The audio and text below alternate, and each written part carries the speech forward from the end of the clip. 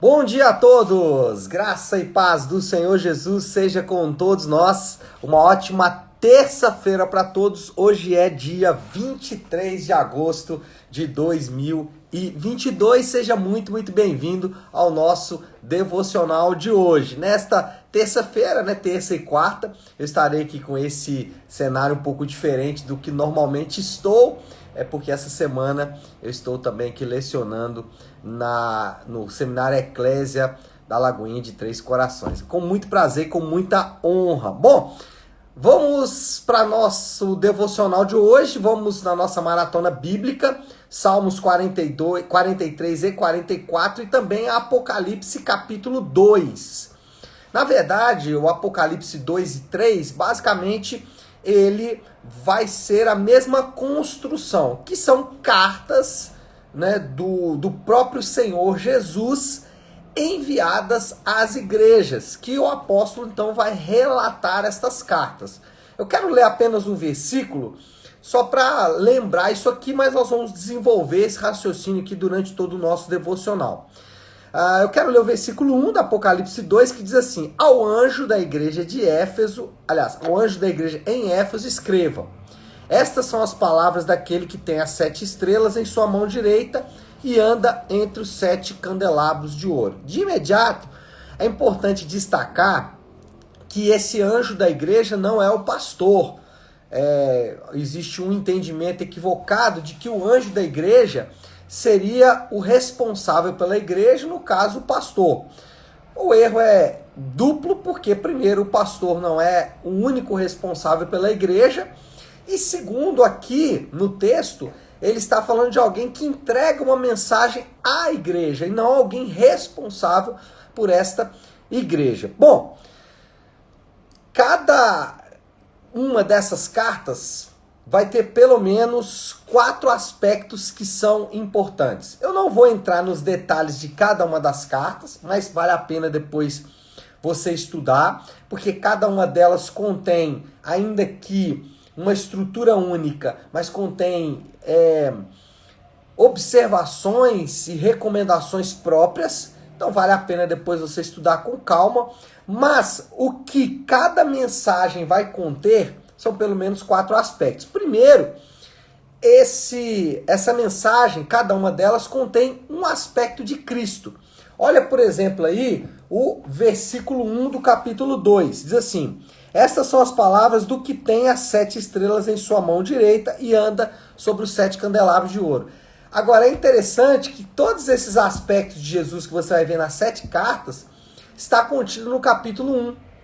O capítulo 1, quando há a descrição do Senhor Jesus, essa descrição são as aplicadas aqui em cada uma destas cartas. Então, o que o mensageiro quer começar é exaltar o Senhor Jesus.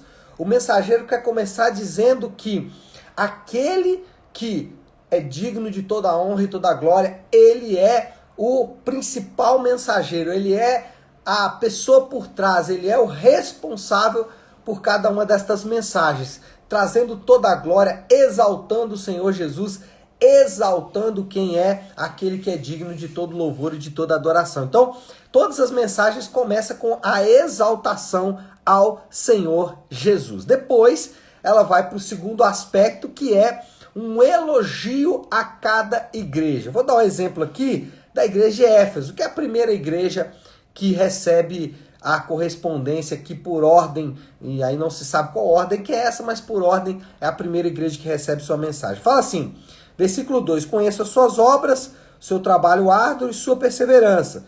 Sei que você não pode tolerar homens maus, que pôs a prova os que dizem ser apóstolos, mas não são, e descobriu que eles eram impostores. Você tem perseverado e suportado sofrimentos por causa do meu nome e não tem desfalecido. Então, o segundo aspecto aqui da carta é um elogio a cada igreja. E aí o que nós podemos perceber, que é muito lindo, é que o Senhor tem capacitado o seu povo com dons. Cada uma dessas igrejas tinha um dom diferente, um aspecto diferente.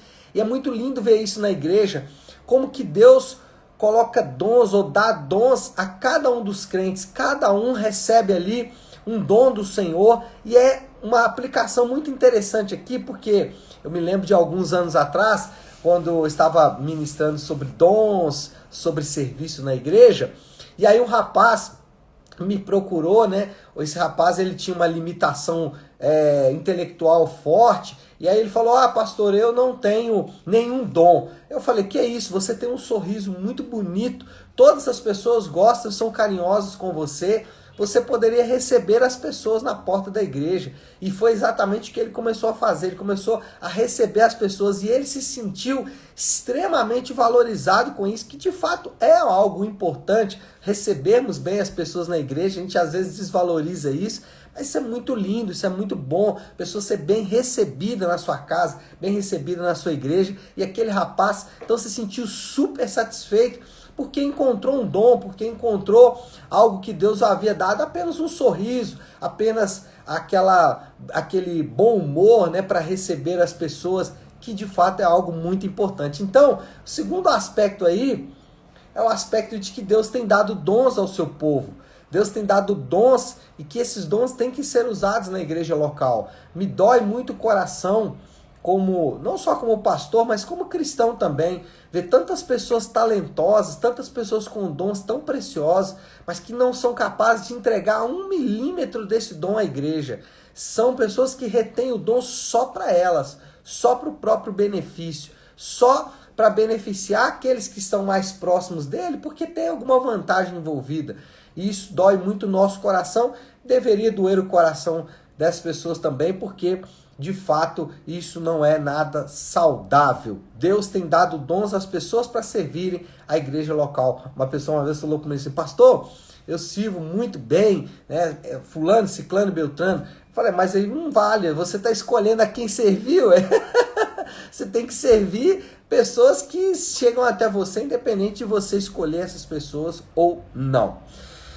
Terceiro aspecto de cada carta é uma correção do Senhor. Apesar de Deus fazer, né, do Senhor Jesus fazer ali elogios, destacar aspectos importantes a cada igreja, mas ele também fazia correções. No caso da igreja de Éfeso aqui, que é o nosso exemplo, versículo 4 ao 6, ele fala assim, tenho contra você, porém, isto, você abandonou o seu primeiro amor.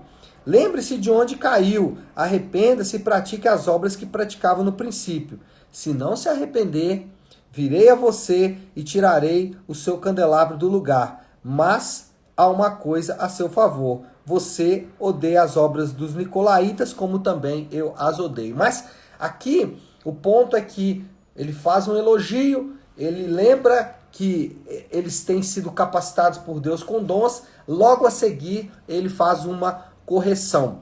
E aqui, irmãos, é importante a gente entender que a disciplina de Deus é prova do seu amor. Quando Deus nos disciplina, ele está mostrando exatamente o quanto nos ama. Um pai que disciplina, um pai que corrige os seus filhos, é um pai amoroso. E lá em Hebreus, inclusive o escritor de Hebreus vai destacar isso. Deus, ele corrige o seu povo. Por quê? Porque Deus ama o seu povo, porque Deus quer ver o seu povo amadurecendo, crescendo e se desenvolvendo. Por isso, ele disciplina o seu povo. Essa disciplina do Senhor pode ocorrer de várias maneiras. Pode ser simplesmente o fato de você ler um texto bíblico mais desafiador, e aí, ao ler esse texto bíblico mais desafiador, você vai ser, então, corrigido pelo Senhor. Às vezes, somente na leitura bíblica. Às vezes, Deus pode corrigir você, trazendo ali um sentimento ruim no seu coração, né? Um sentimento de aperto, né? Um sentimento de que você não deveria ter feito aquilo. E isso é uma forma de correção do Senhor. Mas só que essa correção, ela também pode alcançar outros níveis. Ela pode, em caso de não haver arrependimento da parte daquele que é corrigido, essa correção pode alcançar outros níveis. Olha só um exemplo, aqui no próprio capítulo 2, mas no versículo de número 22. Olha isso. Dentro de uma correção do Senhor aos crentes, à igreja de Tiátira, ou de Tiatira, né? Acho que é Tiátira mesmo, não sei como que se pronuncia bem. Mas enfim, ele fala assim, por isso vou fazê-la adoecer e trarei grande sofrimento aos que cometem adultério com ela, a não ser que se arrependam das obras que ela pratica. Então, o próprio Senhor Jesus dizendo, olha, ela vai adoecer e aí não se sabe aqui se era de fato uma pessoa ou a própria igreja, mas de qualquer forma a correção, a disciplina é nesse sentido, olha, você vai adoecer até que você se arrependa. Paulo fala de entregar o corpo dos indivíduos a Satanás, para que possa ser disciplinado pelo Senhor. Então, você tem que entender que Deus, quando te disciplina, Ele disciplina por amor, e que essa disciplina pode alcançar níveis até mais sérios, porque o Senhor tem interesse na nossa correção por amor a nós mesmos. E, por último, o último aspecto aí, então, vimos que Deus, primeiro, o mensageiro primeiro destaca o aspecto de Cristo, depois faz um elogio a cada igreja, depois uma correção para cada igreja e, por último, uma promessa. Deus é maravilhoso, né? Depois de tudo isso, ele vem fazendo promessas. No caso aqui da igreja de Éfeso, ele fala assim, versículo 7, aquele que tem ouvidos, ouça o que o Espírito diz à igreja. Ao vencedor, darei o direito de comer da árvore da vida que está no paraíso de Deus. Uau, que bela promessa, né? Dar direito de comer da árvore da vida que está no paraíso de Deus. Meu Deus, que coisa gloriosa, que promessa gloriosa, que promessa maravilhosa. Essa sim é uma boa promessa de Deus. Essa sim é uma promessa que nós podemos e devemos nos apegar. Essa sim é uma promessa que nos dá esperança. Não é uma promessa vazia, não é uma promessa engendrada na mente humana, mas é uma promessa gloriosa. E Deus, Ele pode e nós podemos confiar em Deus, porque Deus, Ele é digno de confiança por um motivo muito simples. Quem lê a Bíblia vai ver que todas as promessas do Senhor que Ele prometeu e que poderiam se cumprir, algumas ainda vão se cumprir, mas aquelas que já deveriam se cumprir, se cumpriram. Então, nosso Deus é digno de confiança. Por isso nós podemos confiar nele, porque ele faz promessas e cumpre promessas. Então, aqui nesse caso, ou no caso das cartas do Apocalipse, tem várias promessas. E você e eu, nós podemos também olhar para essas promessas e encher o nosso coração de esperança, porque ainda que o texto está direcionado a um grupo específico, é óbvio que esse texto chegou até nós como texto inspirado, e ele serve também de motivação, ele serve de esperança para nós também. Bom, já caminhando para o fim, moral da história aí, o que nós podemos resumir de tudo isso? O resumo é lindo, né? Deus, aliás, nada está oculto aos olhos de Deus. Ao ler essas cartas, nós vamos perceber que tudo que as igrejas faziam estava patente aos olhos de Deus. Deus, ele era pessoalmente envolvido com cada uma dessas igrejas. Então, nada está oculto aos olhos de Deus. Ele sabe com exatidão da condição das coisas melhor do que nós mesmos. Uau! Ele sabe da condição das coisas com exatidão melhor do que nós mesmos, e isso é maravilhoso, isso é perfeito. O que será que nós podemos aplicar de tudo isso, hein? Como que nós podemos pensar nisso aí bem na prática? Aí é o desafio do Léo, né? Qual seria o desafio do Léo aí para esta terça-feira?